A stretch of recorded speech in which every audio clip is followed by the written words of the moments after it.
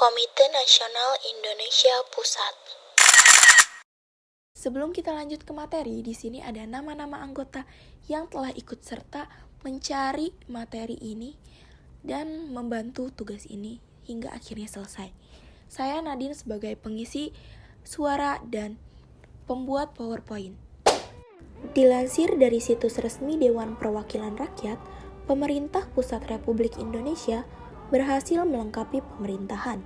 Salah satunya dengan membentuk Komite Nasional Indonesia Pusat yang disingkat menjadi KNIP adalah organisasi yang berdiri dari hasil perundingan dan sidang ketiga PPKI pada 22 Agustus. Selain itu, pembentukan KNIP bersamaan dengan pembentukan Badan Keamanan Rakyat.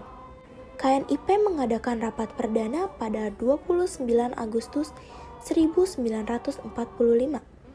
Pada saat sidang awal pembentukan, KNIP beranggotakan 60 orang saja. Namun, anggota KNIP pada akhirnya berjumlah 137 orang.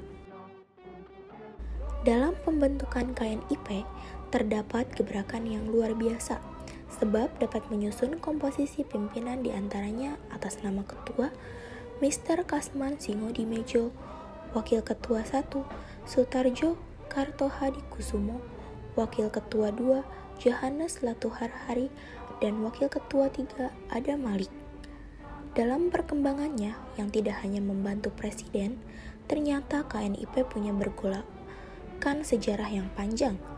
Sebab pada 16 Oktober 1945, di mana KNIP mengadakan rapat pleno yang membuat lembaga ini diserahi tugas kekuasaan legislatif melalui maklumat nomor 10 tahun 1945 yang dikeluarkan oleh Dr. Andes Muhammad Hatta sebelum terbentuknya MPR dan DPR.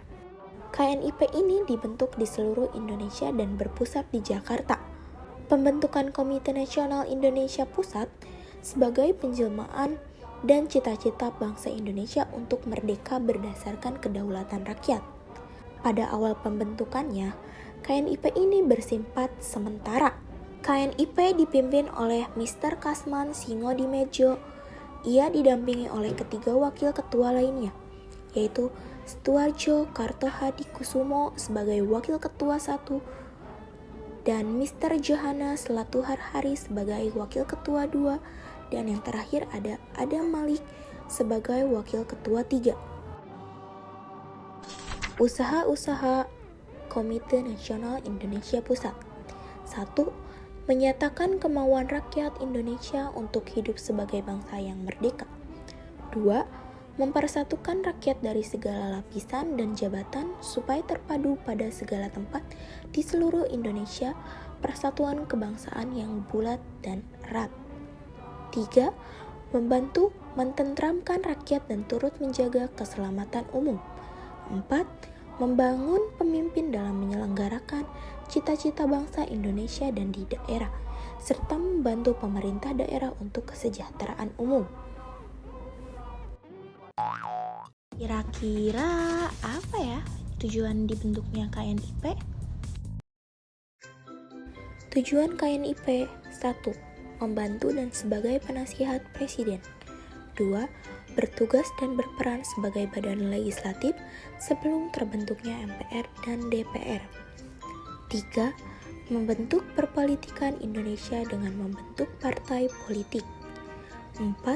Ikut menetapkan GBHN. Pada masa awal setelah proklamasi kemerdekaan Indonesia, kekuasaan Presiden dianggap sangat luas. Menurut Pasal 4 Aturan Peralihan Undang-Undang Dasar 1945, selain menjalankan kekuasaan eksekutif, Presiden juga menjalankan kekuasaan MPR dan DPR. Pada waktu itu, lembaga negara yang ada selain Presiden adalah Wakil Presiden dan Komite Nasional Indonesia Pusat, yang berkedudukan sebagai pembantu Presiden. Dengan demikian, Presiden dapat menjalankan kekuasaannya seluas-luasnya tanpa diimbangi dan diawasi oleh lembaga negara yang lain.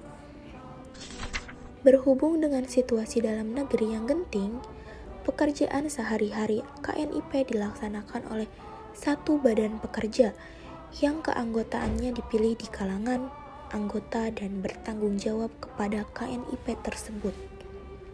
Badan Pekerja KNIP dibuat tanggal 16 Oktober 1945 yang diketuai oleh Sultan Syahrir dan penulis oleh Supeno dan beranggota 28 orang.